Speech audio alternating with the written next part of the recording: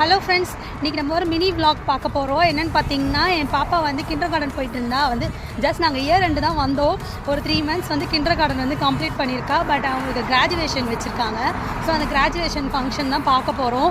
So இது பார்த்திங்கன்னா நார்மலாக நம்ம ஸ்கூலில் நடக்கிற மாதிரி ஆக்டிவிட்டீஸ் அந்த மாதிரி இருக்காது. டான்ஸ் இந்த மாதிரி டான்ஸும் இருக்குது.